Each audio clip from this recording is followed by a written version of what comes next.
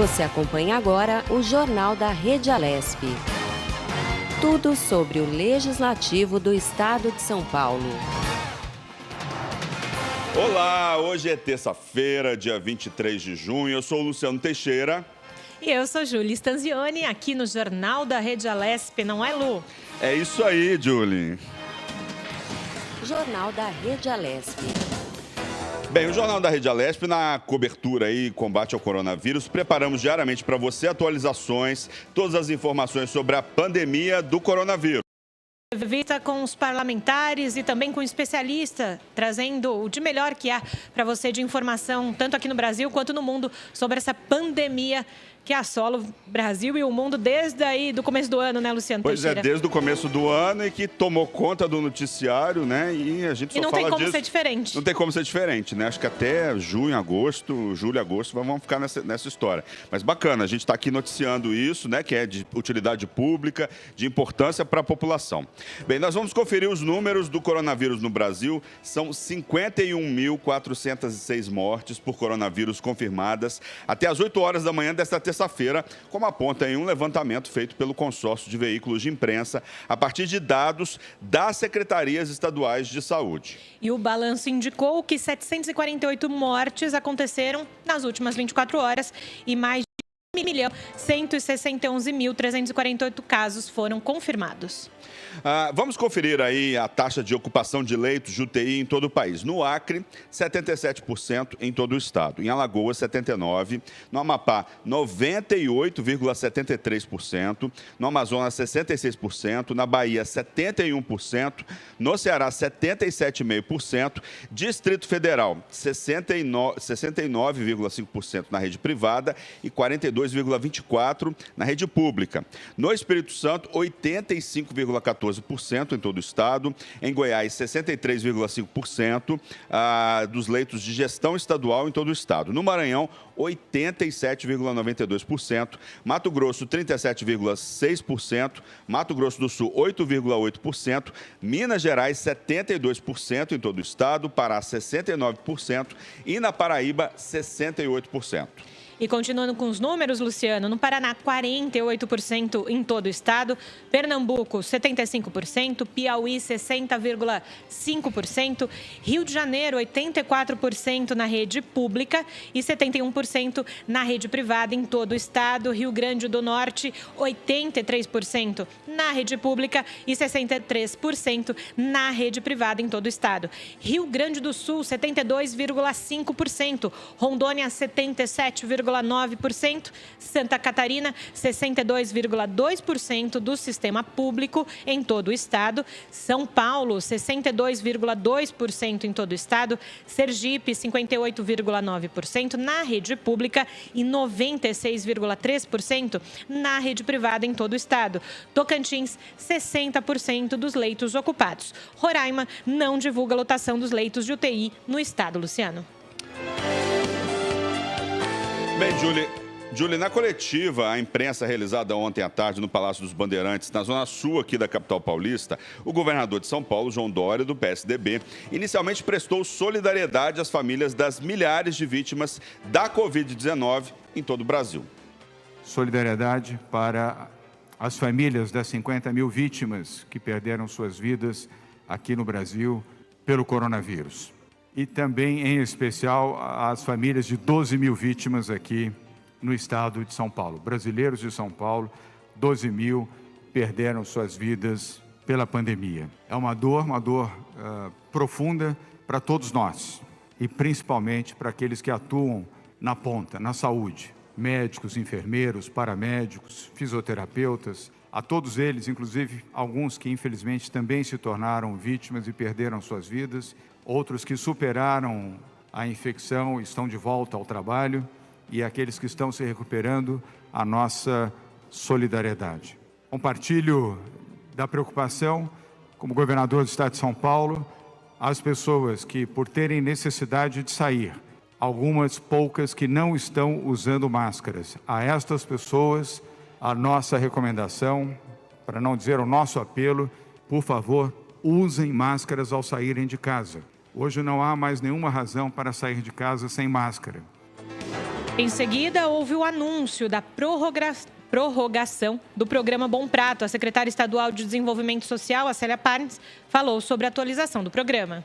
Este que nós estamos trazendo hoje como atualização para os senhores é o maior programa de segurança alimentar do Brasil e prioridade máxima do nosso governo, que são as pessoas de baixa renda. É inquestionável o objetivo do Bom Prato. É o programa mais digno de enfoque social, de segurança alimentar, de combate à fome e fonte vital de amparo, além de ser um enorme desafio de manter o abastecimento de alimentos e lançar luz sobre a questão da fome e da segurança alimentar em tempos de pandemia como que estamos vivendo.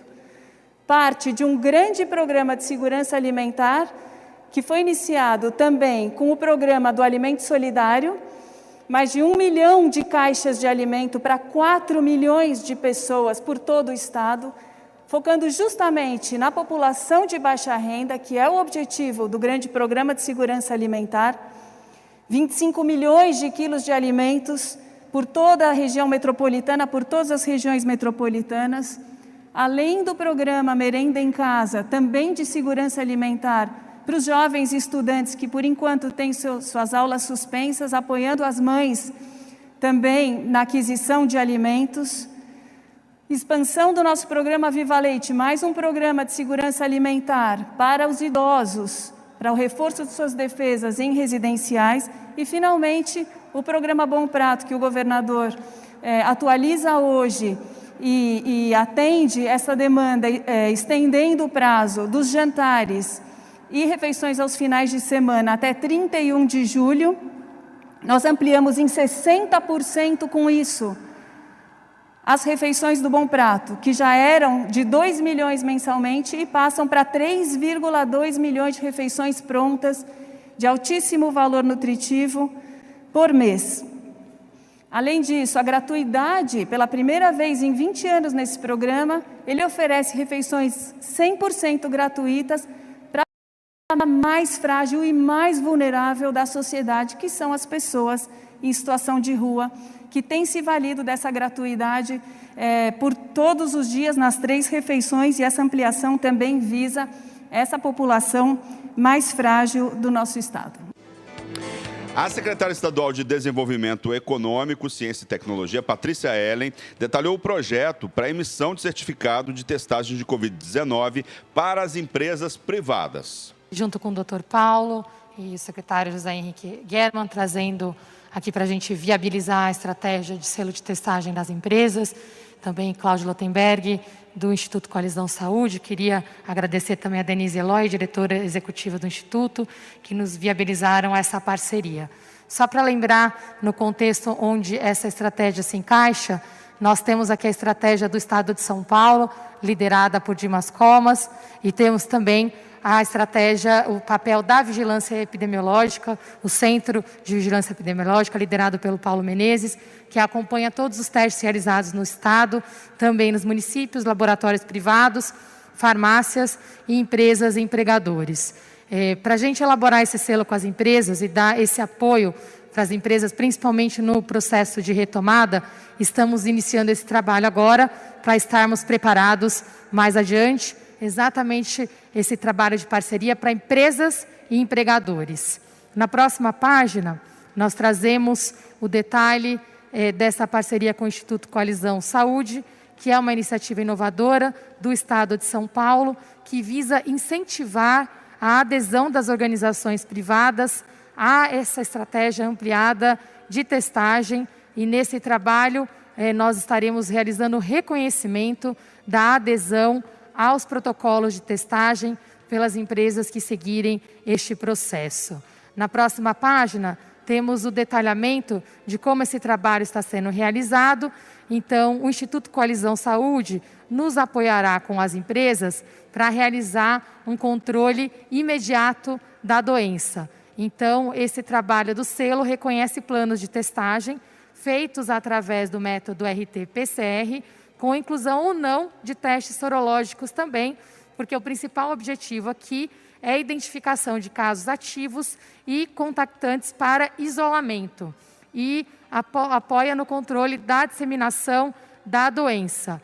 Em paralelo, há uma iniciativa adicional do Centro de Vigilância Epidemiológica para o monitoramento da pandemia, reconhece planos de testagem feitos por meio do método sorológico em geral, para a identificação de casos passados e apoio no monitoramento da pandemia, sobretudo para indicadores aqui de prevalência, para quem já teve contato com o vírus. Então, o certificado vai ser trabalhado para controle imediato da doença. Na próxima página, a descrição aqui dos critérios para reconhecimento dos programas de testagem privados pelo governo, testes realizados nas populações das empresas, funcionários, clientes, fornecedores.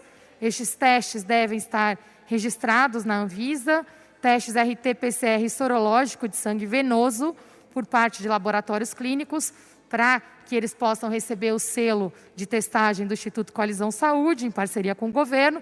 E o governo, além disso, também faz um trabalho de reconhecimento para fins de monitoramento da doença, de coleta dos testes sorológicos de sangue capilar, desde que sejam realizados por profissionais de saúde habilitados, e todos os testes devem ser notificados nos sistemas oficiais da vigilância epidemiológica.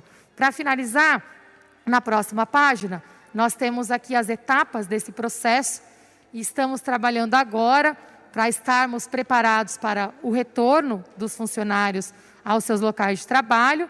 Então, a primeira etapa é a fase em que estamos, que é a fase de inscrição até o final aqui do mês de julho, para que as organizações manifestem seu interesse e enviem documentação de inscrição através da plataforma que será realizada entre o Centro de Vigilância Epidemiológica, em parceria com a Secretaria de Desenvolvimento Econômico, e também o Instituto Coalizão Saúde, para que eles apresentem os seus planos de testagem, passem para a próxima etapa de avaliação das inscrições por um comitê gestor técnico e, finalmente, os resultados aqui dos que receberão os selos, com certificado de adesão ou o reconhecimento de adesão pelo governo do Estado de São Paulo, para que tenhamos bem claro qual que é o objetivo do esforço de testagem que está sendo realizado. E o secretário estadual de Saúde, o José Henrique Germann, ressaltou a importância das testagens e apresentou um novo balanço da Covid-19 em todo o estado. Acho que nós estamos dando, com essa estratégia, um passo bastante importante, e principalmente com a aderência a partir da iniciativa privada. Acho que, com isso, nós vamos ter o conhecimento a respeito da epidemia de uma forma mais eficiente do ponto de vista de tudo que a gente tem buscado no sentido de conhecê-la cada vez mais. Nesse sentido, os números começam, então, a nos apresentar algumas características. Por exemplo, no Brasil ontem, 1.085.038 pessoas, ou casos confirmados, pacientes, e com 50.617 óbitos. E no estado de São Paulo, nós estamos com 221.973 casos confirmados e o número de óbitos de 12.634, e o crescimento foi de 1,3% do número de casos, e estamos com uma letalidade de 5,7%. Outro comentário é a respeito da incidência no interior e na Grande São Paulo, que já se iguala, e o secretário Vignoli vai dar maiores detalhes a esse respeito, que antes no interior era muito menor. Então agora nós estamos vendo essa onda de casos aumentando gradativamente no interior. Os nossos pacientes internados somaram em UTI 5.680, em enfermaria 8.249, casos suspeitos e casos confirmados. E com isso a taxa de ocupação no estado está em 65% e na Grande São Paulo 68,5%. Já tivemos até o momento 38.557 altas hospitalares de todo o sistema de atenção. Seguinte, por favor.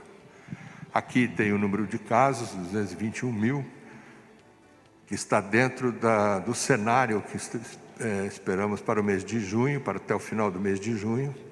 E o seguinte, aqui o número de óbitos de 12.634, que está na faixa inferior do espectro deste cenário que estamos projetando para vocês.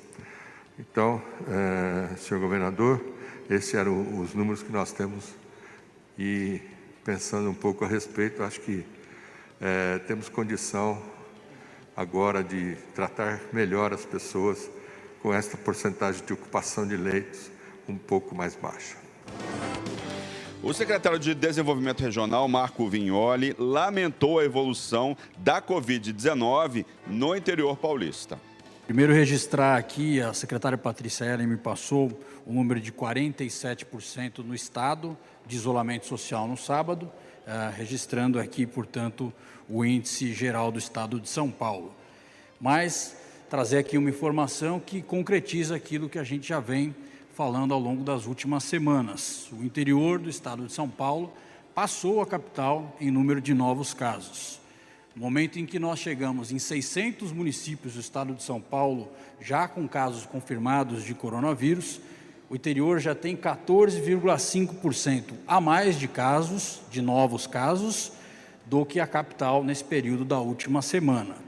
Isso registra uma inversão na lógica que se deu num primeiro momento, em que a capital era o epicentro da crise, o epicentro da pandemia no estado de São Paulo, e para esse momento, essa inversão de números significa, portanto, uma atenção maior dos gestores públicos municipais no combate ao coronavírus em todo o interior do estado.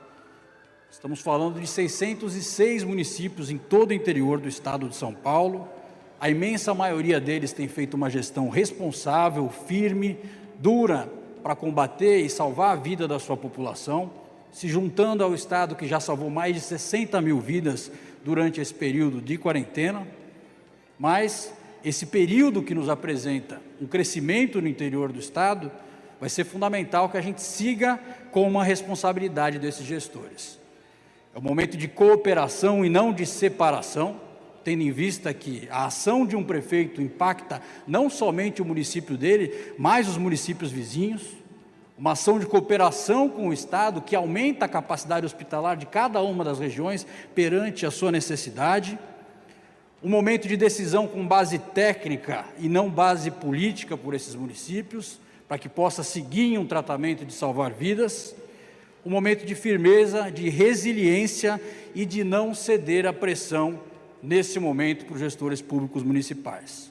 Então, por isso, eu queria aqui ressaltar as boas iniciativas, como Campinas e Sorocaba, que na última sexta-feira nós apresentamos aqui os índices preocupantes dos municípios e foi feita uma recomendação do nosso centro de contingência para que eles fizessem o endurecimento e assim o fizeram, cooperando com os municípios da região, com a sua própria população de forma responsável, como Ribeirão Preto, que fez, assim que apontado na fase vermelha, o seu endurecimento e já apresenta índices melhores, com indicativos que podem gerar uma melhora de fase, com a região de Bauru, que ontem fez uma reunião com mais de 60 municípios, compactuando com o Plano São Paulo e avançando com índices importantes, mas também daqueles que precisam agir de forma responsável.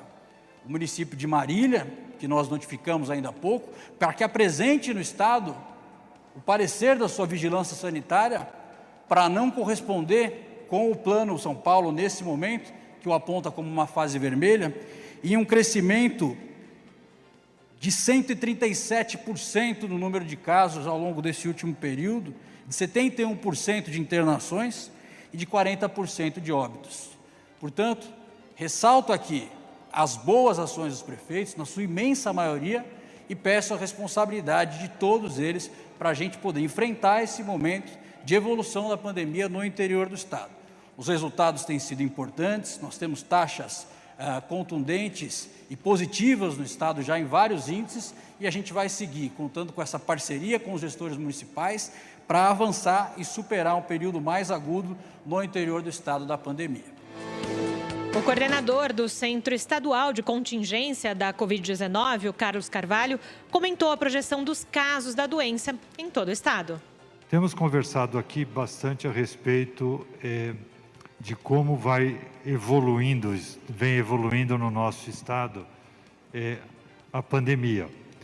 Então, e o número de casos de óbito tem sempre causado uma certa discussão aqui, principalmente com perguntas a respeito dos modelos matemáticos que definem a evolução ou que fazem uma prospecção da evolução. Então, só um mini comentário rápido. No final de semana passado, o que foi comentado aqui, que foram números altos, nós tivemos consolidado, somando os dados de sábado e de domingo que estão apresentados hoje, 186 óbitos. Se nós olharmos esta semana, foram 140 óbitos, somando sábado e domingo. Então, comparando com a semana passada, diminuiu o número de óbitos nesse final de semana em relação ao final de semana anterior, que tinha sido um pouco maior do final de semana anterior ainda. Então, esses números oscilam.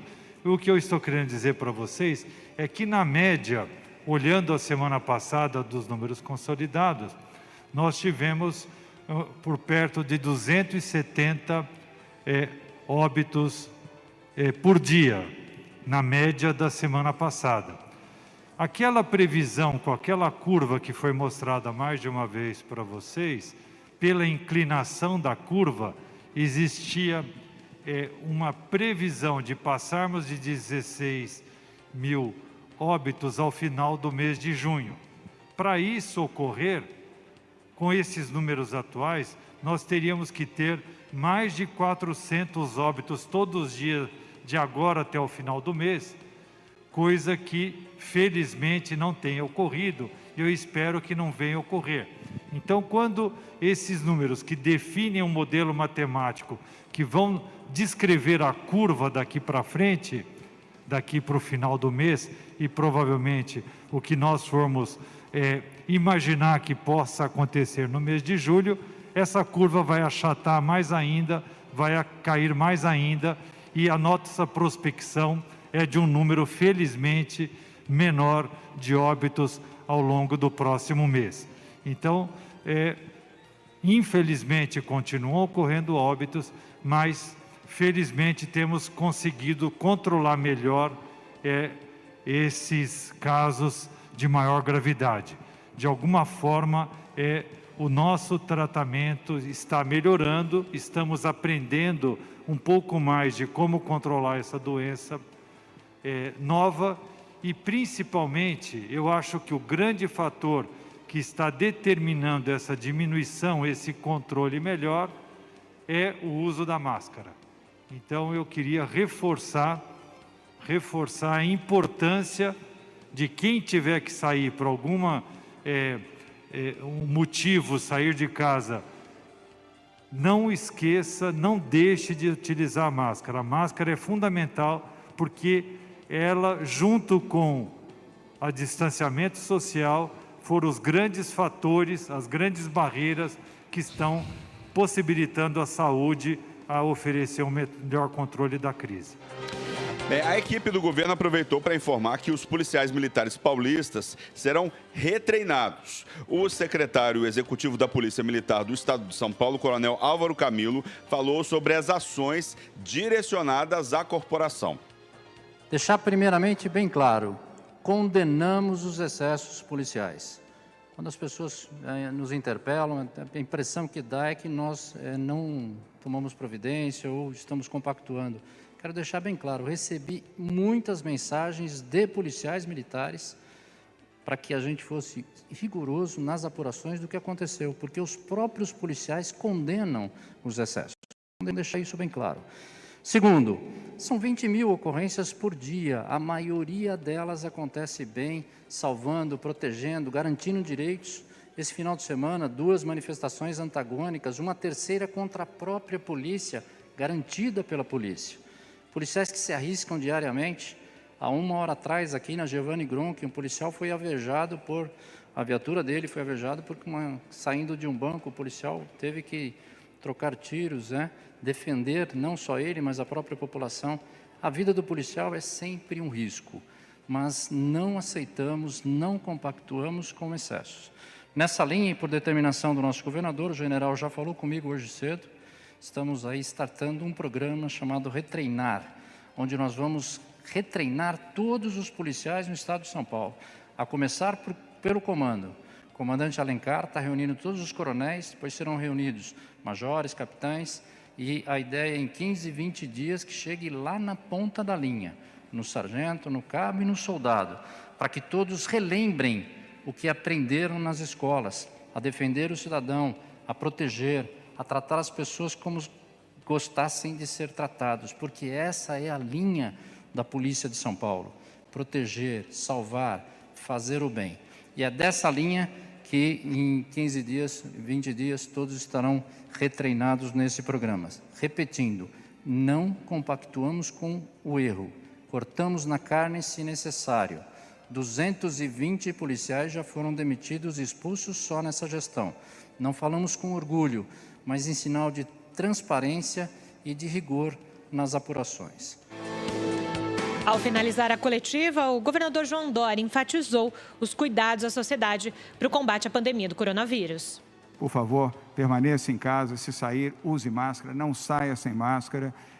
Tenha pelo menos 2 máscaras, que se você esquecer uma, você tem outra na sua bolsa, no bolso do seu paletó, ou no porta-luvas do seu automóvel, ou na porta da sua casa, para não sair sem luvas, sem máscaras e, obviamente, com o devido cuidado. E se você puder, também, ao trabalhar no varejo e nos setores essenciais, use luvas também. Luvas de látex são recomendáveis àqueles que trabalham nos setores essenciais.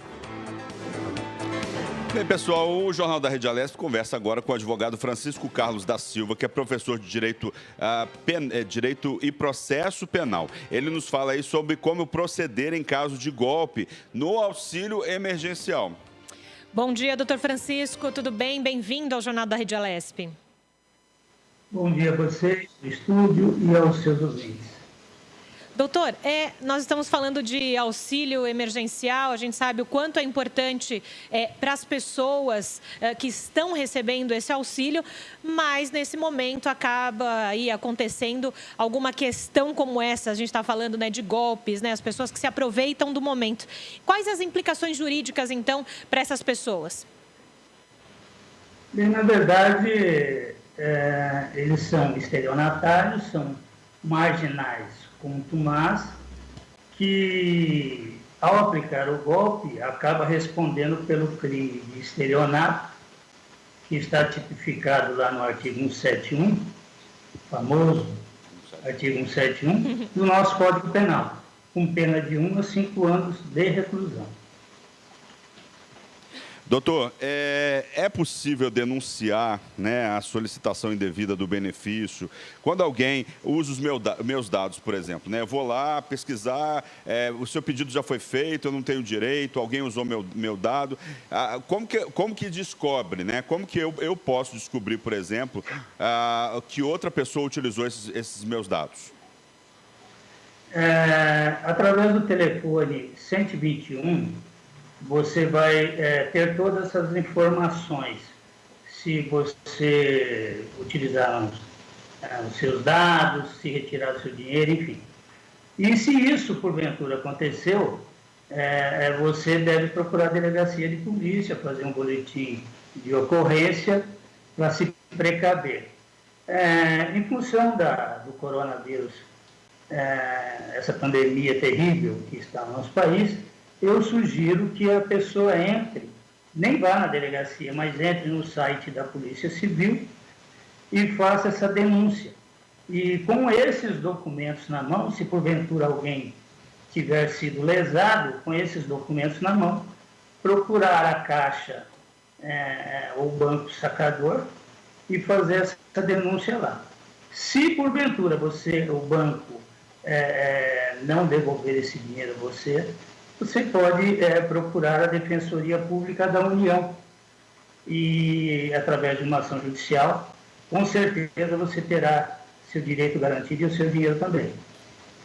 Agora, doutor Francisco, o senhor falou agora dessa questão de procurar a defensoria e tudo mais, mas tem algum site que as pessoas possam checar essa informação, que realmente aparece o nome da pessoa como já retirado esse benefício? Como é que funcionaria nesse caso? É o site da DataPrev, você vai conseguir essas informações, e na Defensoria Pública, o site da própria Defensoria Pública, uma vez que os fóruns estão fechados e você só vai conseguir esse contato com a Defensoria Pública da União através do site. Doutor, estou até olhando aqui o site, auxilio.caixa.gov.br/início, né? Eu já fiz o teste, eu já cheguei lá, eu coloquei meu CPF, Júlio e tal, e falei assim, você não solicitou esse benefício. Eu, ufa. Né? Dá uma sensação de alívio nesse momento, né, em que outra pessoa pode ser ajudada, né, Luciano? Exatamente, graças a Deus ninguém pediu por mim, né? Doutor, uma proposta tramita na Câmara para alimentar a pena de quem promete irregularidades, como é que o senhor vê essa iniciativa aí para coibir esse crime, né, em troca de vantagens, assim, alguém que propõe vantagens e tal? Tudo isso será muito bem-vindo para nós, operadores de direito, e para a proteção da própria sociedade, né? Mas, nesse momento, o que nos preocupa muito, mas muito, são as pessoas que, não o marginal contumaz, que está dentro dos presídios, cometendo esses delitos, recebendo esses valores de pessoas que realmente necessitam. Mas o que nos preocupa muito é pessoas do bem, que cresce o olho no dinheiro que o governo está oferecendo e acaba cometendo um crime grave.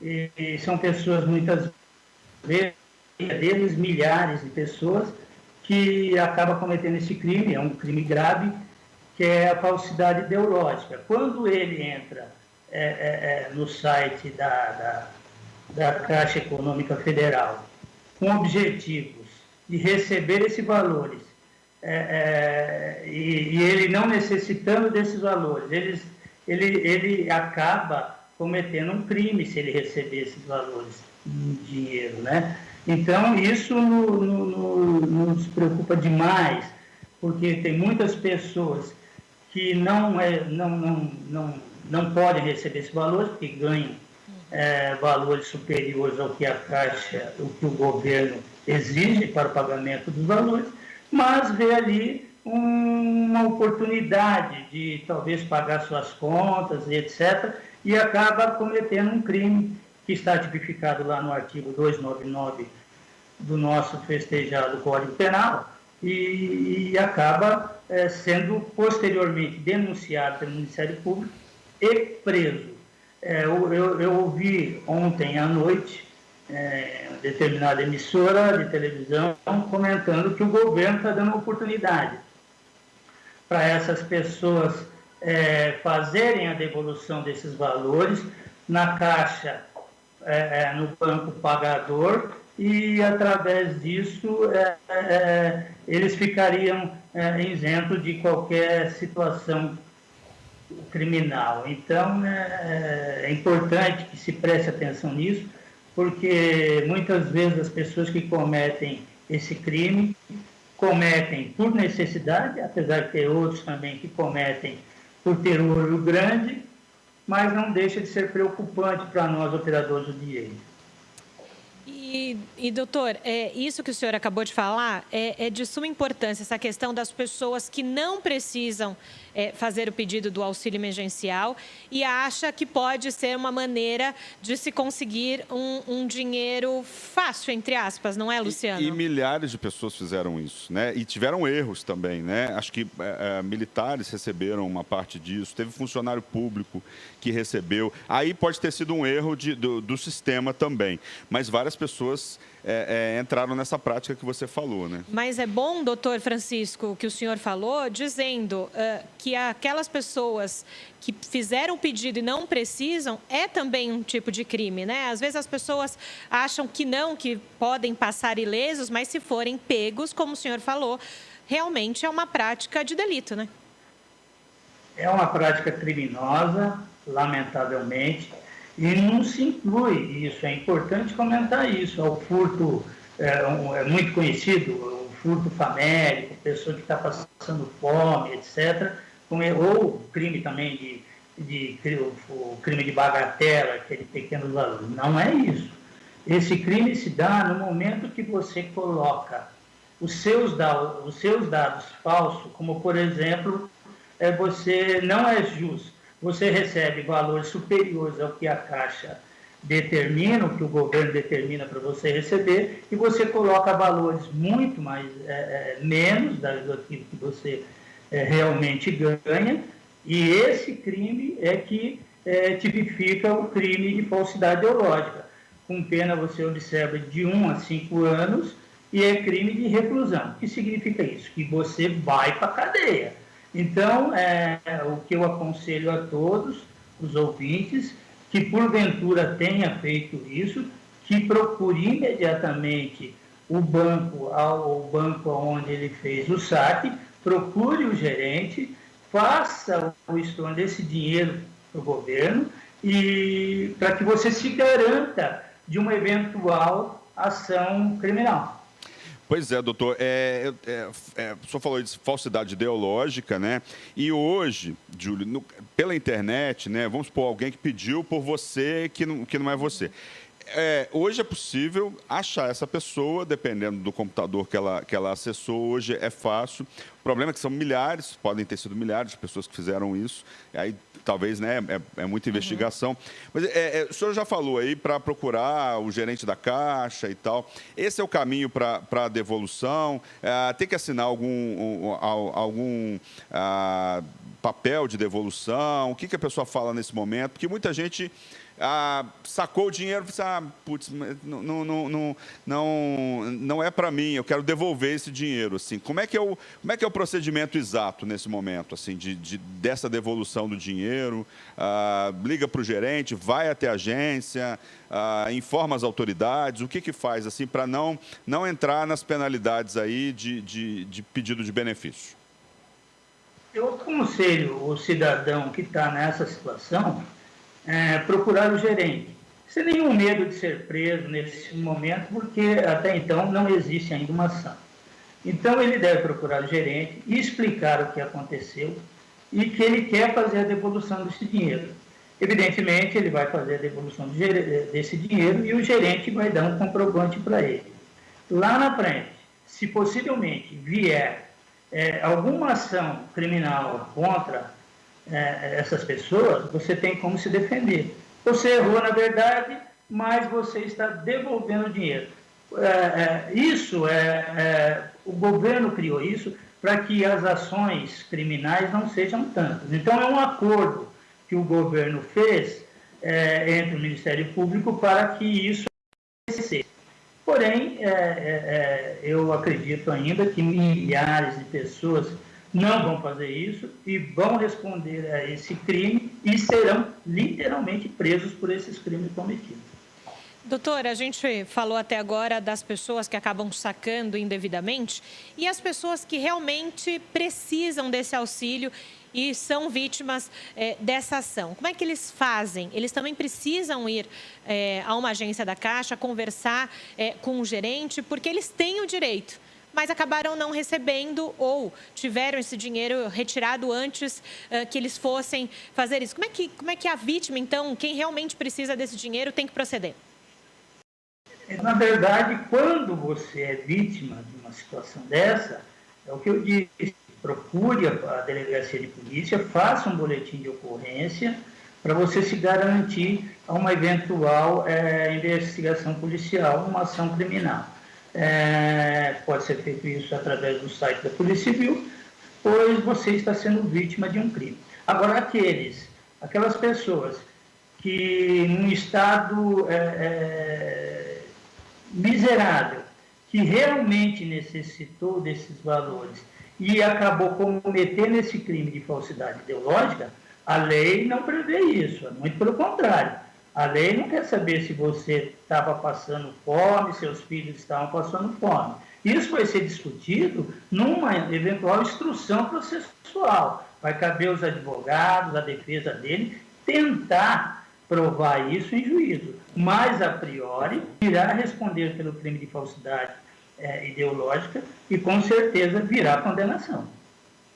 Doutor, o senhor falou em registrar o boletim de ocorrência, é possível fazer isso pela... São duas perguntas que eu vou fazer para o senhor. É possível fazer isso pela internet? E uma outra questão que eu queria falar com o senhor é o seguinte, vamos supor, casais que estão separados, né, mas ainda não oficializaram o fim da união. Então, por exemplo, alguém que esteja precisando, que esteja nas condições aí do auxílio emergencial, e aí a pessoa, a ex-esposa, por exemplo, já recebeu esse auxílio e aí essa pessoa não tem direito porque está ali casada, alguém na família já recebeu e tal. É possível ter que oficializar a separação ou é possível ele explicar isso, fazer alguma retificação nesse momento? Nesse momento, agora, atual, não. Porém, diante de uma eventual denúncia feita pelo órgão do Ministério Público, que é o dono da ação penal, mediante isso, durante a instrução processual, vai ser uma tese de defesa desse cidadão. Os advogados deles, com certeza, irão usar o que você disse muito sabiamente como tese de defesa. Tá certo, gostaria de agradecer, então, o doutor Francisco Carlos da Silva, que é professor de Direito Penal e Processo Penal. Muito obrigado pela entrevista, muito obrigado pela participação aqui no Jornal da Rede Alesp. Eu que agradeço, um bom dia a todos. Tá certo, muito obrigado. Bem, pessoal, a Organização Mundial da Saúde, a OMS, pediu ontem, na segunda-feira, um aumento na produção de dexametasona, um potente corticoide que demonstrou ser eficaz no tratamento de pacientes graves com a Covid-19. E segundo a OMS, o próximo desafio é aumentar a produção e distribuição da dexametasona de maneira rápida e equitativa em todo o mundo, concentrando-se onde ela é mais necessária. Pois é, de acordo com os primeiros resultados do ensaio clínico britânico Recovery, publicado na semana passada, a dexametasona reduz a mortalidade em 1/3 entre os pacientes com Covid-19 mais graves. Esse medicamento é o primeiro a mostrar melhora entre os portadores da Covid-19 no momento em que ainda não há uma vacina. Já é usado em muitas indicações por seu poderoso efeito anti-inflamatório. O estudo britânico também mostrou que a mortalidade é reduzida em até 1/5 entre os pacientes menos graves que recebem oxigênio com uma máscara, sem a necessidade de intubação. Por outro lado, o tratamento não mostrou nenhum benefício para pacientes que não precisam de assistência respiratória. Segundo a OMS, a dexametasona só pode ser usada em pacientes com Covid-19 gravemente enfermos, sob supervisão médica rigorosa. No documento, a organização diz que não há evidências de que esse medicamento funcione em pacientes com condições benignas ou como medida preventiva e, claro, pode causar danos. Após a publicação dos resultados do estudo, o governo britânico anunciou que usaria esse tratamento imediatamente para tratar os pacientes afetados. Bem, pessoal, o Jornal da Rede Alesp conversa agora com o médico ginecologista José Carlos Sadala. Ele nos fala aí sobre os cuidados com a saúde da mulher em meio à pandemia do coronavírus.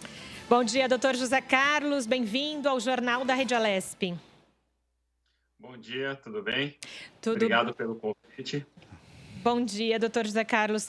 Nesse momento de pandemia, que as mulheres precisam fazer, claro, os seus exames de rotina, qual que é a orientação para elas nesse momento? Uma boa pergunta, porque, na verdade, a gente está tendo receio de que, com a pandemia, as pacientes pararam de procurar o seu médico, pararam de fazer o seu rastreamento, principalmente rastreamento de câncer. Só para você ter ideia, estima-se que de 50 a 70 mil casos de câncer não estão sendo diagnosticados por causa da pandemia. Então, assim, não quero gerar uma busca desenfreada ao médico, mas é importante ela voltar a fazer o seu rastreamento, que a gente sabe que, principalmente no câncer, se você diagnostica em fases mais avançadas, ainda tem cura, mas a cura é menor do que se você consegue diagnosticar em fases mais precoces. Doutor, no caso da gestante, ela deve ficar em isolamento mais rigoroso para evitar a exposição ao vírus? Como que é o momento aí de ter o filho? Tem que ir lá para o hospital, né? E aí vai ter pessoas com Covid no hospital, os hospitais estão lotados. Quais são os cuidados, né, que a gestante deve ter durante a gravidez e na hora de ter o filho? Ela tem que saber, primeiro, qual a condição da sua cidade e qual a condição do hospital dela de referência.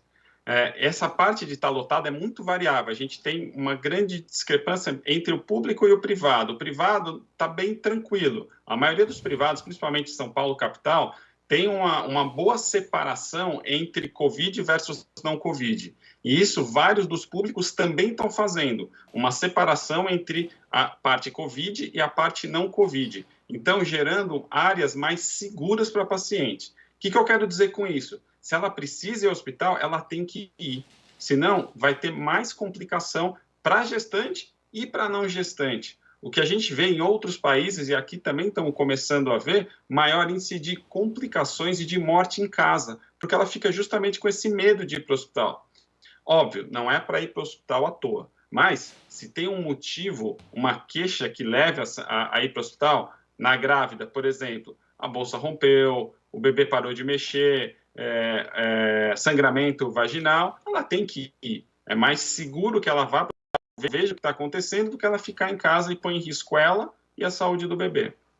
Doutora, a gente sabe que nesse momento de tensão, principalmente em nós mulheres, a questão hormonal ela é muito contundente, né? Pode ter algum tipo de descontrole hormonal? Existe isso? É mito, verdade? Verdade. O estresse atrapalha muito o ciclo menstrual.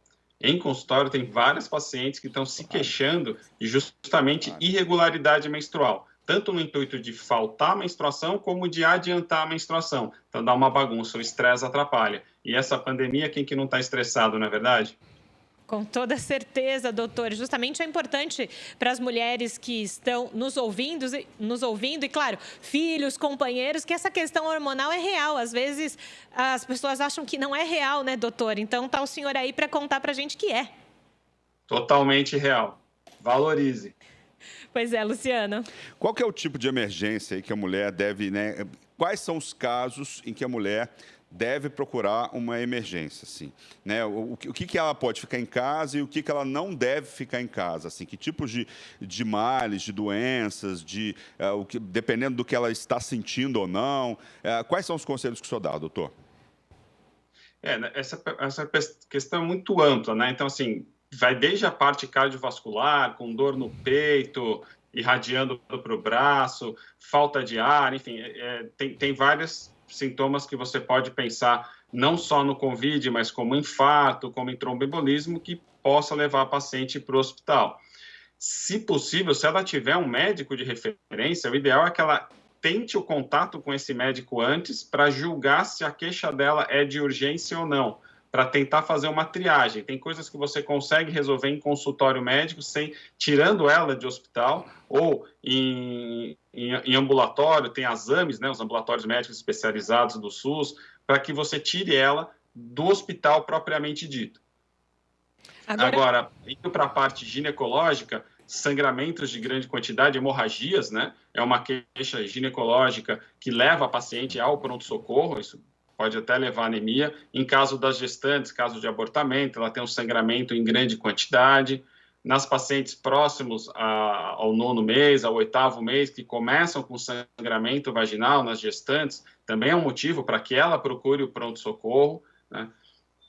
Agora, doutor, uma outra questão importante, muitas mulheres usam ou estão mudando dos métodos contraceptivos, passaram antes da pandemia nos seus médicos, alguns podem ter recomendado colocar o DIU, para quem não sabe é um dos métodos contraceptivos. Que é o dispositivo intrauterino, acertei? Isso mesmo, Luciano Teixeira, muito bem informado.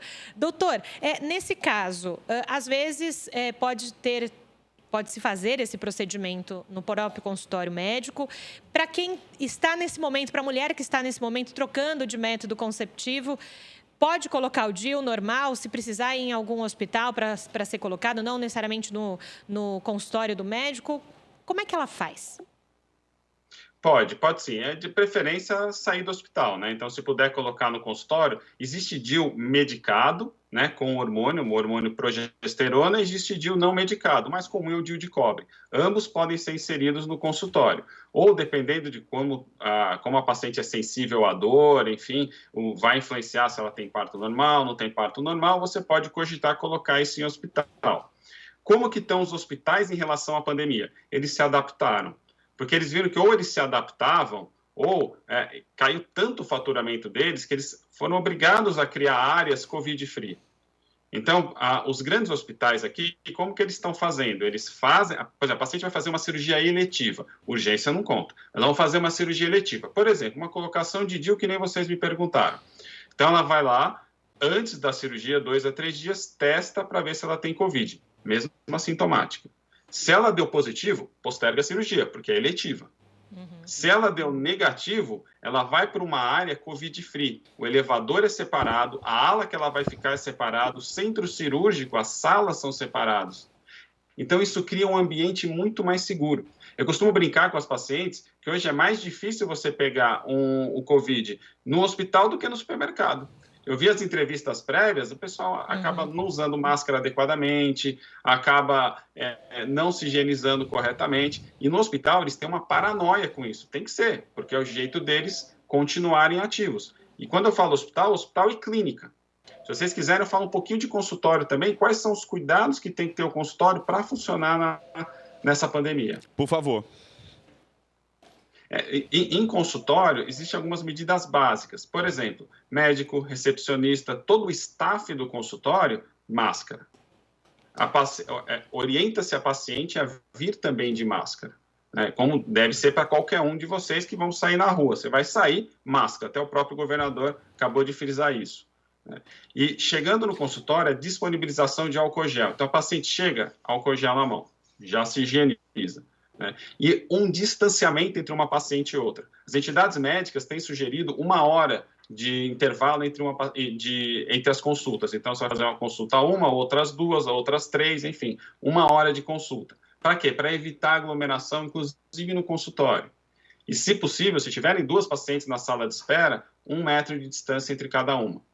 São pequenas medidas que costumam barrar bastante a disseminação do vírus. E você consegue deixar o teu consultório um ambiente mais seguro para a paciente voltar. Porque a gente, só dar um pouquinho de dados para vocês, no Brasil a gente tem mais de 50 mil casos de câncer de mama ao ano. E câncer de colo, mais de 15 mil. Você imagina essas pacientes não fazem a sua rotina, não fazem não fazem a sua mamografia. Uma coisa é 1 mês sem fazer. No começo, não vamos fazer nada, vamos ficar parado. Agora, qual a data de término dessa pandemia? A gente não sabe. Provavelmente não vai acabar esse ano. E ela vai ficar mais de 1 ano sem fazer teus exames? Vai ter um grande impacto nisso depois. E vai gerar uma superlotação do sistema, pior, com casos avançados.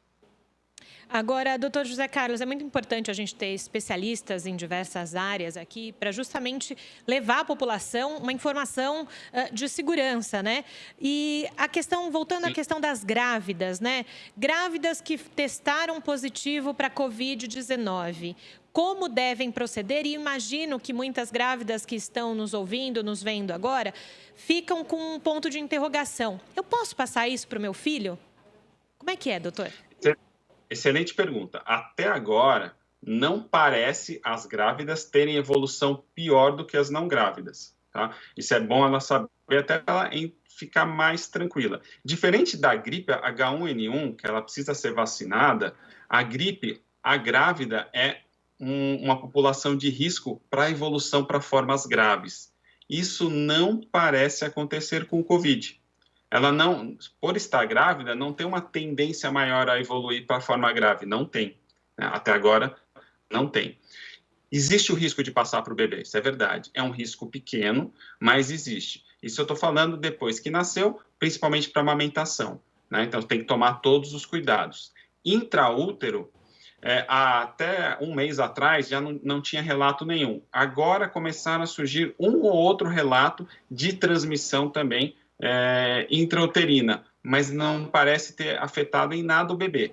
Tudo isso é muito recente, então essas informações mudam muito. Sim. Até o momento atual, não parece ter risco para o bebê. E mesmo os bebês que acabaram se infectando, geralmente depois do nascimento, através, não da amamentação, mas do contato próximo com a mãe infectada, acabaram não evoluindo para formas graves também. Então, óbvio, a grávida que está, primeiro, tomar os seus cuidados, parte de isolamento para evitar que transmita a outras pessoas, mas não parece ser uma população de risco. A não ser a gestante de alto risco, né? O que é gestante de alto risco?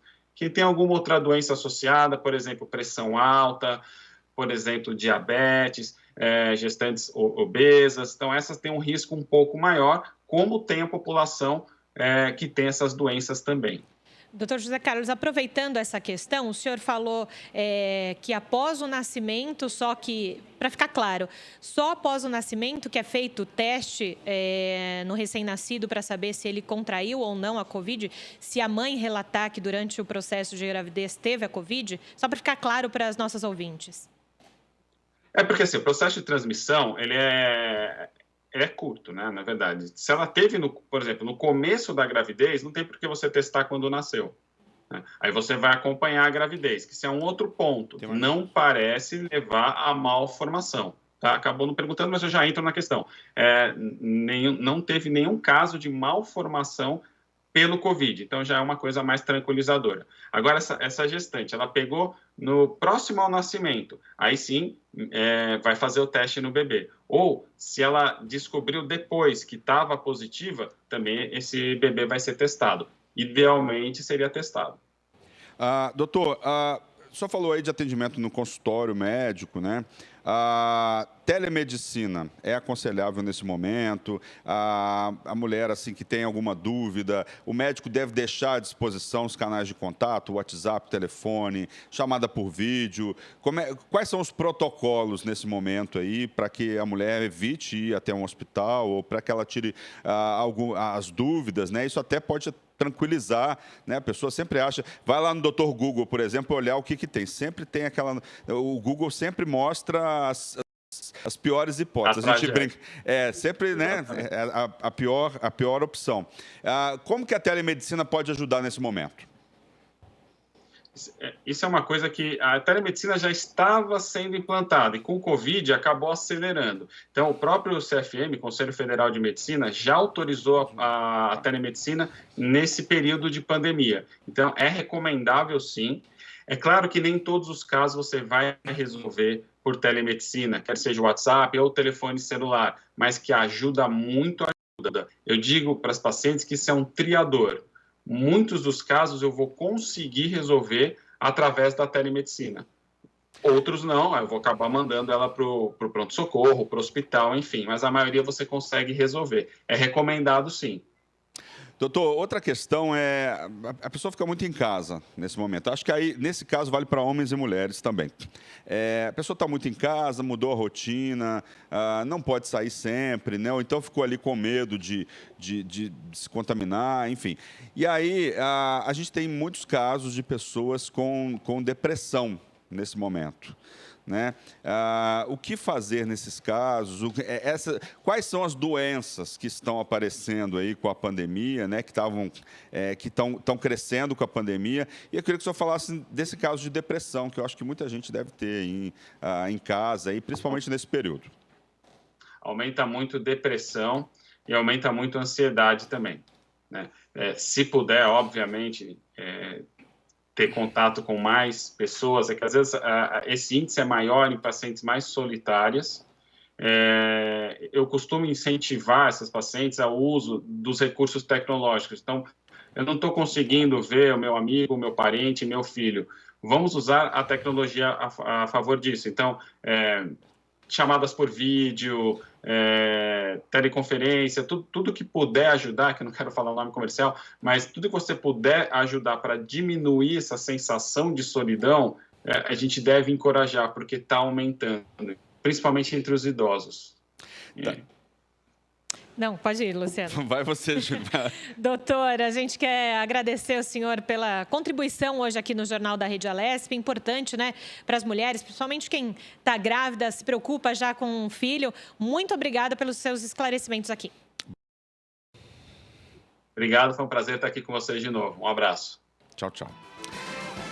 Bem, pessoal, continuando aí na área da saúde, o epidemiologista Davi Wipp afirmou que o adiamento das eleições em 2 meses não está nessa área, já vai para a eleição, né? Em 2 meses poderá salvar milhares de vidas. O Wipp participou da sessão de debates no Senado dedicada a debater a proposta de emenda à Constituição, a PEC número 18/2020, que trata do adiamento das eleições municipais previstas inicialmente para 4 de outubro. Segundo o médico, passados 4 meses, nada indica que estamos ultrapassando o pico da epidemia. Na verdade, estamos diante do recorde de mortes, principalmente registrados nas últimas semanas. De acordo com ele, esse prazo de 2 meses de adiamento evitará centenas de milhares de mortes. Essa epidemia é grave, atinge brutalmente 20% dos infectados, segundo o médico.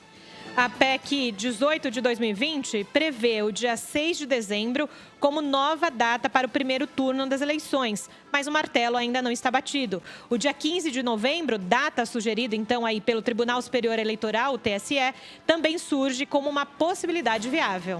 O relatório marcado para ser votado no Senado nesta terça-feira vai trazer a data final. De acordo com o TSE, como o TSE propôs ao Congresso, o adiamento dentro de uma janela que os médicos sugeriram ser entre 15 de novembro e 20 de dezembro. O relator da PEC, o senador Everton Rocha, do PDT do Maranhão, só fecharia seu relatório após as considerações da sessão de ontem. E ele acrescentou que as únicas mudanças que estarão na PEC dirão respeito à situação sanitária emergencial em virtude, claro, da Covid-19. O Everton, inclusive, negou um pedido do presidente do Senado e do Congresso, Davi Alcolumbre, de incluir um dispositivo para trocar permanentemente a data de posse para o dia 1º, do dia 1º, né, para o dia 2 de janeiro. Tá certo. Continuando aqui, com a pandemia de Covid-19, muitas pessoas começaram a ter uma preocupação maior em investir em produtos de limpeza. Tais substâncias, porém, demandam uma certa atenção por parte dos consumidores. E a Agência Nacional de Vigilância Sanitária, Anvisa, emitiu um alerta sobre os cuidados com esses produtos.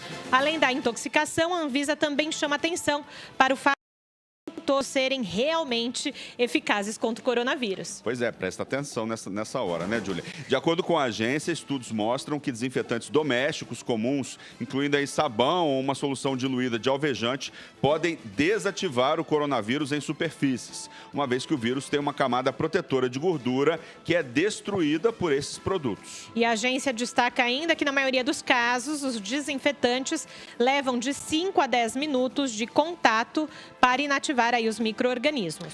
Segundo a Anvisa, após a aplicação do produto, é necessário esperar esse tempo para que ele faça efeito. E, portanto, não é recomendada a limpeza imediata da superfície logo após o uso do desinfetante, dando aí um prazo suficiente para a destruição do vírus. E, de acordo com a agência, até a semana passada, foram registradas 286 solicitações de alterações de rótulos.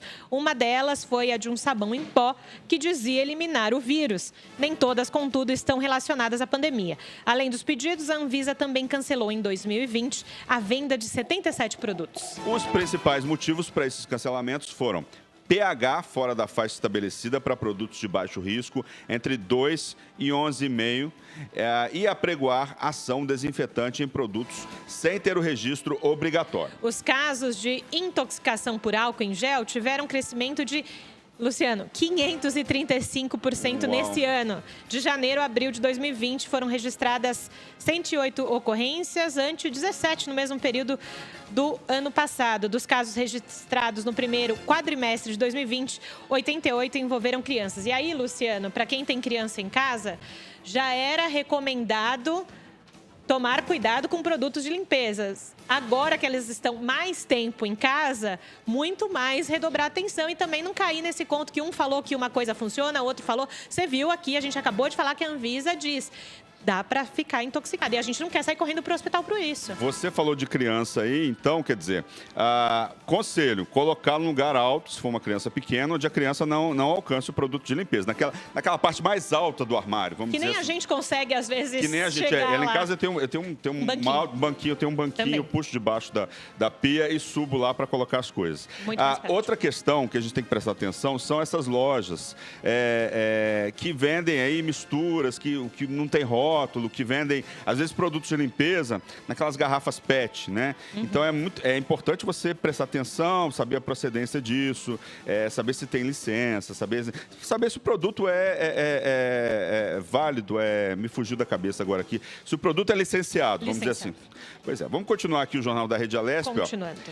Você é fã daquele cafezinho? Eu sou fã, já tomei um cafezinho também, né? Então, já teve época que eu gostei menos de café, hoje eu gosto um pouquinho mais. Pois é, saiba que tem muito mais gente do que possa imaginar que comungam desse gosto. Olha só, Luciano e quem está ouvindo, vendo a gente. O brasileiro toma 839 xícaras de café por ano, segundo uma pesquisa de hábitos de consumo da Euromonitor Internacional. É muita coisa, Luciano.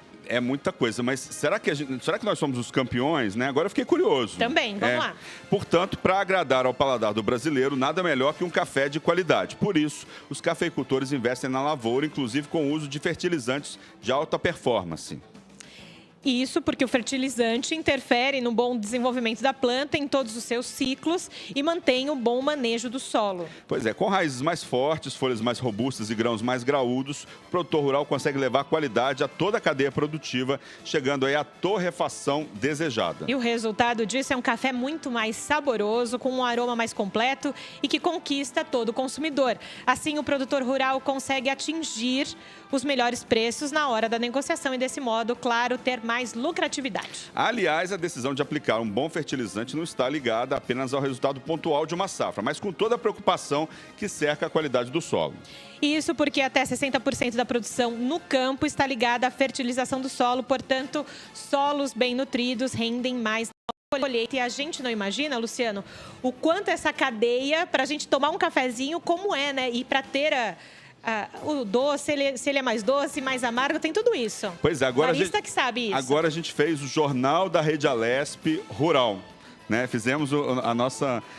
Mas é importante destacar isso que você está falando, Luciano. Porque o agro é importantíssimo. O agro, nós conversamos semana passada aqui no Jornal da Rede Alesp com o presidente da Embrapa, o Celso Moretti, contando o quanto o agronegócio vai impulsionar a economia no pós-Covid. E lembrando, o Brasil é um dos maiores exportadores de café para o mundo. Pois é, eles falam, né, por exemplo, a Colômbia tem o market lá do café de Colômbia, lá que você vai assistir um torneio de tênis, está lá, né, já fizeram essa propaganda, hoje não fazem mais e tal. Mas o que acontece em relação ao café do mundo? A nossa produção é uma das maiores do mundo. Muita gente pega o nosso café, faz uma mistura de grãos e tal. Na Europa, principalmente a Itália faz isso, a Alemanha faz isso. Pega esse café, agrega valor e exporta como produto, né? E aí a gente não recebe a fama, a gente produz o café, né, que tem uma grande produção, e a fama fica com os italianos, com os alemães, com os colombianos, né? Enfim, é um momento da gente agregar valor. Mas né? O nosso café, temos muitos produtores, principalmente ali sul de Minas e afins, que são deliciosos. Ô, Júlia, se a gente começar a falar disso, a gente fica um programa inteiro. Eu tenho uma amiga que é especialista em café, que ama falar de café. Qualquer dia eu vou trazê-la aqui pra gente entrevistar. Ela é barista, também é especialista em café, enfim.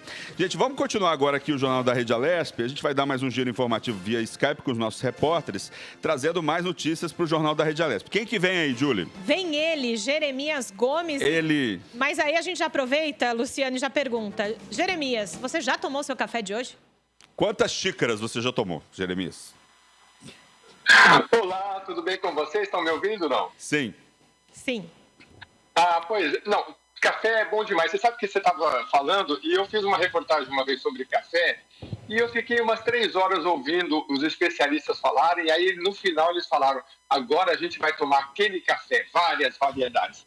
Eu falei, que maravilha, adoro tanto, né? Só que aí eles começaram a servir tudo sem açúcar, e explicaram, olha, o café para você saborear bem tem que ser sem açúcar, né? E eu não estava acostumado, né? Ainda não alcancei esse grau, Luciano. Você toma com açúcar ou sem açúcar? Eu gosto com açúcar, às vezes é meio amarguinho. Você me lembrou agora também, na época que eu era repórter de agro, eu fui lá para Santos, né? Tem uma bolsa do café, se eu não me engano, é bolsa do café. Isso. E aí eu passei um dia inteiro conversando com um especialista, vi as pessoas provando o café, que dá um gole e depois cospe, né? A pessoa que prova faz isso e tal. Aprendi tudo sobre o café, aprendi como que aconteceu a revolução do café nos anos 80, em relação, por exemplo, a Starbucks, que agregou valor ao café, que aí popularizou, já era popular, mas aí a Starbucks criou um novo jeito aí, né, de popularizar. Estou até fazendo propaganda aqui, né? E estou falando muito, Jeremias. Vai você aí, vai. Tá bom. Bom, vamos falar das últimas notícias, principalmente do Parlamento Paulista. Olha, nesta segunda-feira foi ouvido pela Comissão de Transportes e Comunicações o engenheiro Milton Roberto Persoli. Ele foi indicado pelo governador de São Paulo, João Dória, para assumir o cargo de diretor-geral da Artesp, que é a Agência Reguladora de Serviços Públicos Delegados de Transporte. O que é a Artesp? Quando você fala em fiscalização do transporte no estado de São Paulo, seja de aeroportos, das rodovias, o transporte intermunicipal, você vai daqui, sei lá, para Piracicaba, tem um ônibus, é a Artesp que faz a regulação e a fiscalização disso tudo. Pois ele foi indicado pelo governador, só que pela legislação ele deve ser ouvido pelo Legislativo. Então é a Comissão de Transportes que faz esse papel, tem um decreto legislativo, ele foi aprovado, o decreto 20 de 2020, nesta segunda-feira, e agora isso vai para a votação. Então teve a indicação do governador, aí tem o processo da nomeação e ele tem que ser aprovado em plenário. A previsão é que inclusive a previsão legal é que tem que ser colocado na ordem do dia seguinte, então já deve estar aí provavelmente já nessa terça-feira para a aprovação do nome do engenheiro Milton Roberto Persoli. Ele já foi presidente da CET aqui em São Paulo também. Uma pessoa que tem uma experiência neste cargo. Bom, e nesta reunião, ele foi questionado por vários deputados. Um deles, o deputado José Américo, perguntou sobre a condição da manutenção das estradas do estado de São Paulo. O deputado quis ter relatórios mais aprofundados sobre a manutenção dessas estradas e questionou também a renovação das concessões de rodovias no estado de São Paulo. O deputado Jorge Wilson, também o xerife do consumidor do Republicanos, questionou o valor e a forma de cobrança dos pedágios no estado de São Paulo. E o deputado Vinícius Camarinha, do PSB, também questionou a questão do pedágio e também a questão das tecnologias que, no entender do parlamentar, devem ser mais avançadas, inclusive para pagamento e todas essas formas, né? O que acontece? Logicamente, os próprios parlamentares deixaram claro que ele deve assumir ainda esse cargo, então ele não tem como responder a essas questões que ele ainda estuda, mas, de qualquer forma, o compromisso assumido pelo Milton Roberto Persoli é de, a cada 2 meses, bimestralmente, fazer uma reunião junto à Comissão de Transportes na Assembleia Legislativa para prestar todos os esclarecimentos que sejam necessários sobre todos esses temas. E ele ressaltou também, Luciano, você deve ter acompanhado aí, a questão da PIPA, né? Que é a Operação PIPA? É a maior concessão rodoviária do país, que foi anunciada há alguns meses, até anotei alguns detalhes. Olha só, é um contrato fechado pela Artesp e a empresa Eixo SP, para a concessão de um lote de 1.273 quilômetros, são 12 rodovias. É a concessão de todos os tempos no país. Ela vai abranger 62 municípios, pega de Piracicaba até Panorama, investimento de 14 bilhões de reais, e o governo do estado promete aí a geração de 7 mil empregos, sendo 1.500 empregos, acho que é isso, né? Já no primeiro ano, né? Vai envolver 2.031 colaboradores e a Artesp vai gerenciar 21 contratos de concessão. Então, o que o Milton Roberto Persoli explicou? Ele que deve assumir a Artesp, é que ele vai colocar totalmente à disposição da LESP, dos parlamentares, todos os detalhes, e convidou os parlamentares a fazer a visitação quando essas obras iniciarem em loco pelos próprios parlamentares para fazer o acompanhamento. Então ele deixou assim forma mais aberta possível para o acompanhamento. Então, é polêmico, vai ser... Nós estamos num momento em que essas, não só as concessões de pedágio, neste ano, elas devem ser renovadas, e são períodos longos, 10, 20 anos, né? Como novas concessões como essa, né? Então, com certeza vai ser um tema muito debatido aí nas comissões que agora estão sempre em ambiente virtual, Luciano. Tá certo, Jeremias. Obrigado pelas informações. Temos aí mais alguma novidade aí aparecendo aqui na Assembleia? Se tiver tempo, eu vou falar para vocês o seguinte, olha só, isso aqui é uma notícia interessante. O TSE, que é o Tribunal Superior Eleitoral, ele lançou nessa semana a campanha para incentivar a participação de jovens na política, né? Uma campanha digital para incentivar a participação de jovens nas eleições municipais que serão realizadas no final deste ano. E, de acordo com o tribunal, a medida pretende fortalecer a democracia e aumentar o debate. Por meio da página do TSE, na internet, até o dia 3 de julho, jovens entre 16 e 25 anos, eu não sei, Luciano, se você ainda está dentro dessa, pode enviar um vídeo de 30 segundos respondendo sobre o que falta na sua cidade e o que poderia fazer para melhorar a situação se fosse eleito prefeito. Interessante, né? Você grava um vídeo e fala, olha, aqui na minha cidade poderia melhorar A, B, C, enfim. De 3 a 35, Jeremias?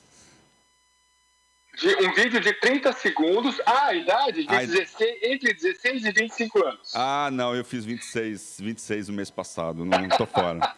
Então, mas você está todo dia aí com o microfone e você tem a palavra aberta aí para ser um influenciador, que a gente sabe que é não só na Lesp, mas fora da Lesp também. Mas eu acho muito legal, porque assim, eu acho que a participação do jovem, enfim, agora, claro, está tudo nesse período de quarentena, tem que ficar, as aulas ainda não voltaram presencialmente, mas o engajamento político tem sido maior, né, do que as gerações anteriores, e tá aí a ideia, né, manda um vídeo de 30 segundos, é só você entrar aí na página da Agência Brasil, tem lá o link para você mandar. A notícia é: TSE lança campanha para incentivar a participação de jovens na política. Olha, segundo o TSE, o país tem 1.310.194 eleitores entre 16 e 17 anos, faixa etária em que o voto é facultativo. Mas eu acho legal que a questão de votar, ainda que facultativo, ou seja, você não precisa necessariamente votar, mas você pode ir lá e dar o seu voto. Eu me lembro, por exemplo, eu estou falando com o Luciano, mas é que eu estou esquecendo da nossa outra apresentadora, mas enfim. Nos Estados Unidos, o que a última eleição representou? Aposentados que... lá o voto também não é facultativo para todos, né? Mas muitos aposentados saíram e quiseram votar, e eles fizeram diferença. Então, assim, os jovens também, que não precisam votar, mas eles podem fazer diferença se eles estudarem os seus candidatos. A gente está no ano de eleição, e no dia... ir lá e votar. Você pode fazer a diferença sim, né? Não sei a opinião de vocês.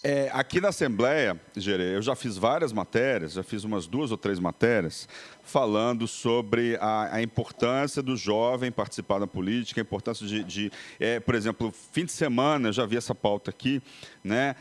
Se eu não me engano, acho que foi a deputada Isa Pena, que estava fazendo um projeto, posso estar enganado, mas acho que foi a Isa Pena, estava fazendo um projeto com jovens que eram lideranças de várias cidades do estado de São Paulo, né? Vieram aqui na Assembleia ver como funciona, conversar sobre política, falar da importância de política. Eu acho que é super bacana, são projetos assim, super legais que a gente pode incentivar os jovens, formar essas lideranças, que depois vão se transformar em multiplicadores nas comunidades, nas escolas, né, onde eles atuam, né? E, Luciano, Jeremias, falando dessa questão de se aproximar a juventude também do parlamento, do legislativo, quando o Alesp Conecta foi pensado desde o ano passado, foi porque ele é um programa mais informal, podemos dizer assim, ele foi pensado justamente por isso, para aproximar essa juventude do Parlamento Paulista, de ouvir outros tipos de tema. Então, assim, a Rede Alesp também pensando nos jovens com o Alesp Conecta. Pois é, e se você for assistir a Rede Alesp, né, muita gente fala, eu já ouvi isso algumas vezes, tem muito conteúdo interessante, os programas têm muito assunto aí que deveria estar sendo debatido, né? Pra você ter uma ideia, até o ano passado eu fiz um programa no Antigo em Discussão, falando sobre cinema brasileiro. Eu fiz assim, 1 mês antes da prova do Enem. 1 mês depois, o assunto que a gente debateu no programa durante 1 hora, com o cineasta caiu na prova do Enem. Então vamos fazer um convite. Você que está ouvindo, assistindo a gente, corre lá no YouTube da Rede Alesp e veja toda a nossa programação. Eu, Luciano, Jeremias, todos os repórteres da TV Alesp, produzindo muito conteúdo de qualidade para vocês. E só aproveitando uma informação, Jeremias, você falava do trâmite aí. Hoje tem sim sessão plenária, sessão extraordinária a partir das 2h30 da tarde para votação aí da Artesp, como você falou. Jeremias, muito obrigado pela sua participação hoje aqui no Jornal da Rede Alesp. Obrigado, Jeremias. Obrigado, Júlio. Obrigado, Luciano, que atualizando as informações. Até a próxima. Tá bom, rapidinho, vou ler uma notinha aqui, quer dizer, a gente estava falando de café, né, e aí o Alexandre Andretta falou assim, olha, ele estava falando do Museu do Café do Santos, é um museu, estava falando da Bolsa do Café, tem um Museu do Café que tem a bolsa dentro e uma cafeteria para degustar, quer dizer, você que está em casa, quer bater papo com a gente, ó, vai lá no chat, né, e participa. Bem, o Jornal da Rede Alesp, a conversa agora com o Cassiano Franco, ele é diretor de comunicação da Escola de Samba Vila Maria. Ele nos fala aí sobre a entrega de cesta básica, kit higiene e refeições diárias a famílias necessitadas. Bom dia, Cassiano. Bem-vindo ao Jornal da Rede Alesp. E eu queria que você começasse falando justamente como é que surgiu essa questão de distribuição das cestas básicas, dos kits de higiene, nesse momento em que se precisa pensar no outro, né? Olá, bom dia a todos. Realmente, a gente, a diretoria e presidência da escola, a gente acabou identificando que as pessoas estão aqui da região precisando bastante, né? Como a escola já tem um projeto social forte há vários anos, a gente decidiu ajudar mais aqui o pessoal da região, principalmente com cesta básica, né? E eu queria que você aproveitasse e falasse justamente da parceria que vocês têm com a Secretaria Municipal de Saúde, né, com relação à confecção de máscaras aí no Barracão. Isso foi através do nosso presidente, Adilson, né? Ele acabou falando com o pessoal da Secretaria de Saúde e a gente fez uma parceria com eles para a produção de 3.000 máscaras para distribuir em postos de saúde na região aqui, o pessoal que está em casa de apoio, casa de acolhimento e moradores de rua. São 300.000 máscaras que a gente produziu nesses dias. Cassiano, quem quiser doar para o projeto, né? Cestas básicas, produtos de higiene pessoal, álcool, gel, para distribuição na região. Procura quem? Procura a escola de samba, procura você, mobiliza aí a comunidade.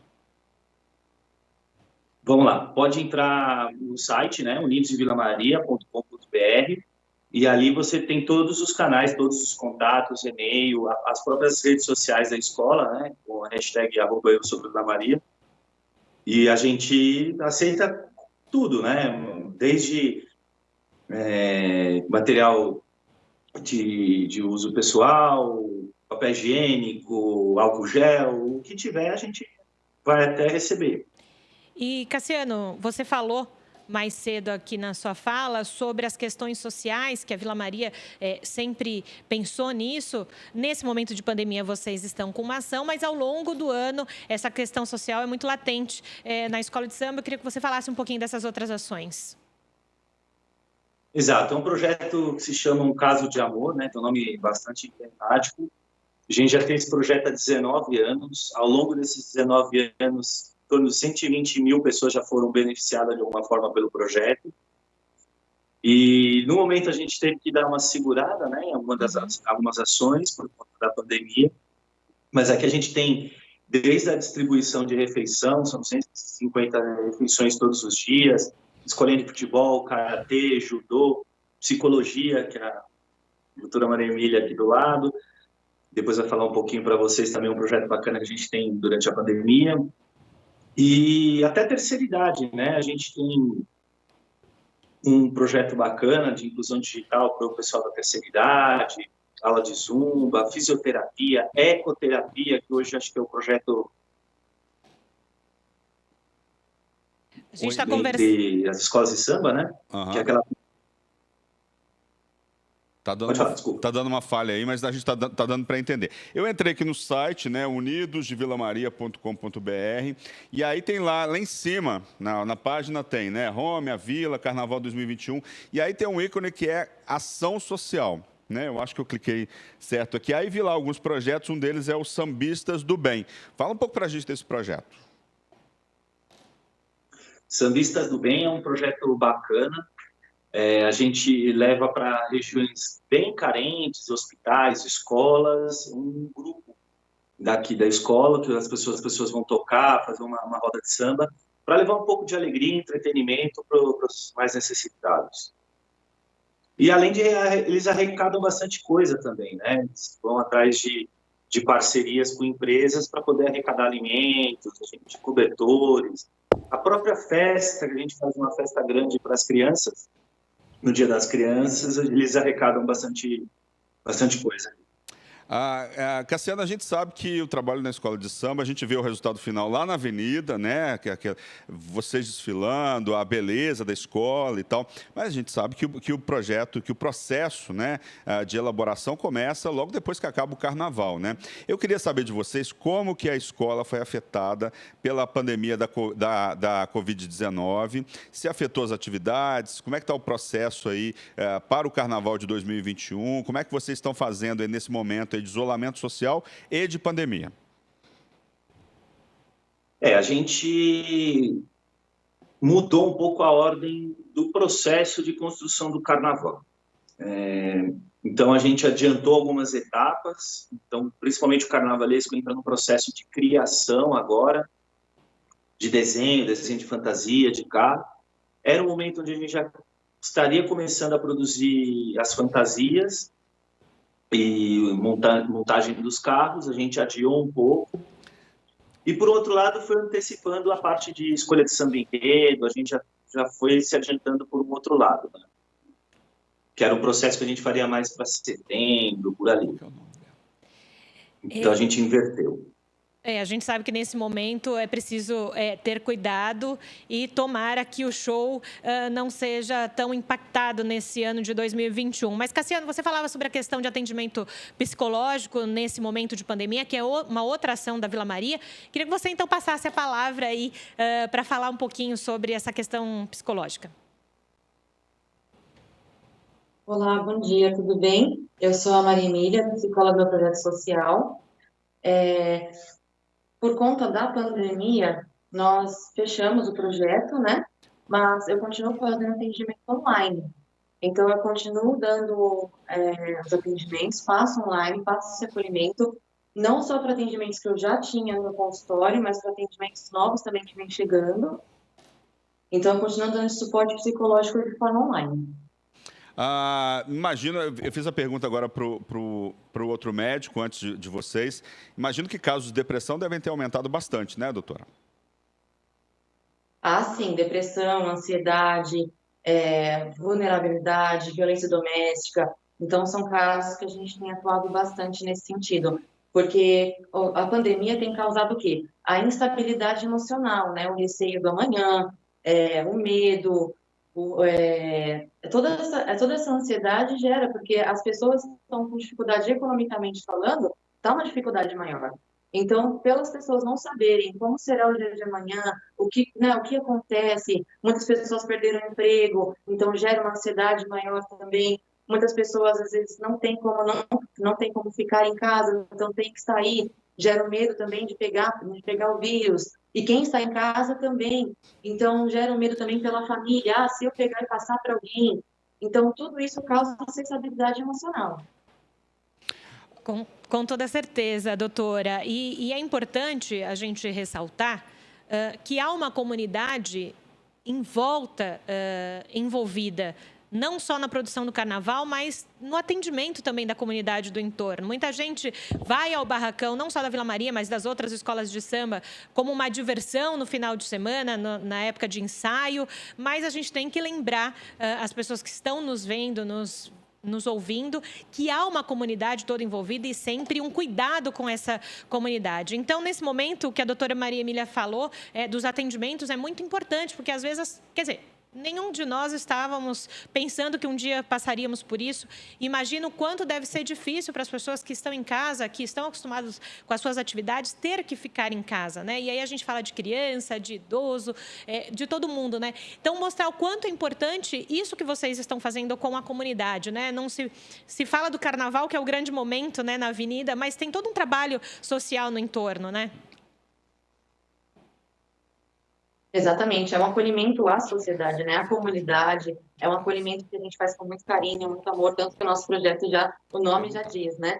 Então, é esse acolhimento que a gente procura beneficiar as pessoas que a gente tem, e é uma troca, porque o que eles têm atendimento aqui, a gente aprende muito com eles também no nosso lado humano. É muito gratificante para nós esse trabalho.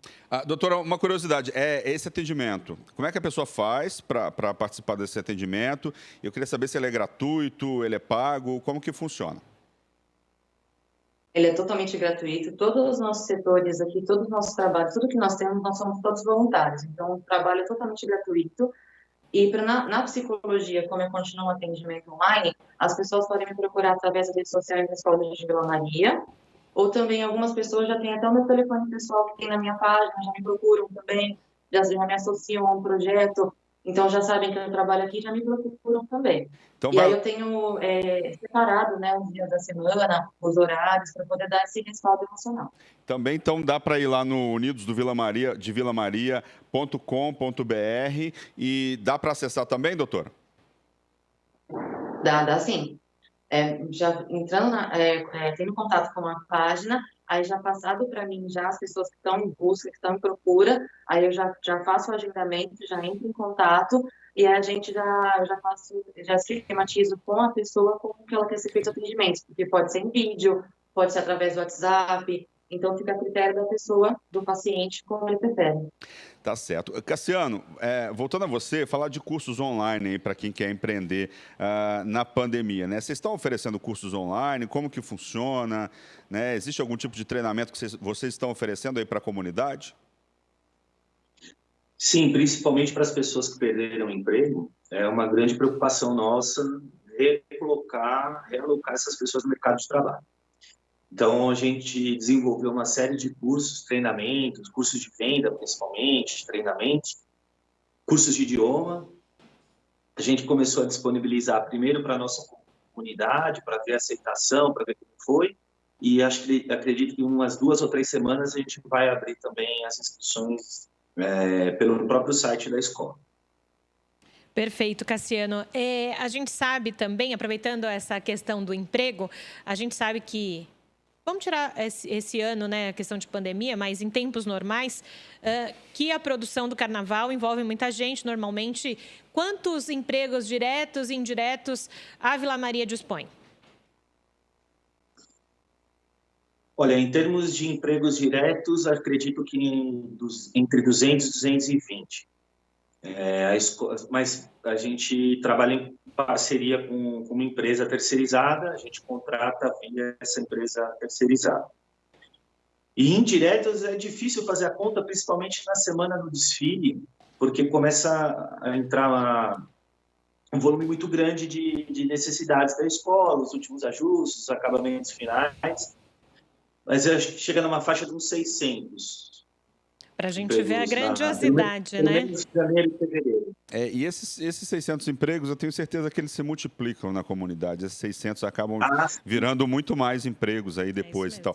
Agora, como a gente está num momento aí complicado, né, da história da humanidade, vocês têm feito aí parcerias com outras escolas? Como é que as escolas de samba, como que a Liga, né, está vendo essa questão? Vocês estão se juntando, fazendo alguma ação social em conjunto, né? Vocês têm contato com outras escolas, têm feito ações conjuntas de solidariedade? Como é que está essa conversa aí entre outros sambistas aí de outras regiões da cidade?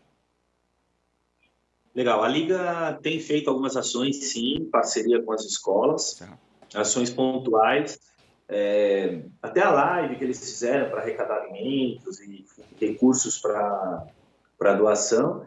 E entre essas escolas a gente conversa bastante, sim, troca experiência, troca informação, a gente tenta se ajudar, né? E como diz o enredo do ano que vem, que a gente divulgou, né, que é o mundo precisa de cada um de nós. E se cada um fizer um pouquinho, a história vai longe, né? E o samba pode ser um elemento aí de união, né? É isso mesmo. Tá certo, Cassiano Franco, muito obrigado aí pela entrevista, muito obrigado pelos esclarecimentos, parabéns pelo projeto aí, você que quer atendimento psicológico aí, né, na região da Vila Maria também, é só entrar lá no site, lá, unidosdevilamaria.com.br. Muito obrigado aí pela participação de vocês. Obrigada. Imagina, obrigado a vocês. Perfeito. Luciano, com você. Tá bom, nós vamos agora interromper a programação, né, do Jornal da Rede Alesp para início aí das reuniões da Comissão de Constituição, Justiça e Redação. O Jornal da Rede Alesp continua ao vivo pelo YouTube. Você quer continuar assistindo a gente, vai lá no YouTube que você vai continuar vendo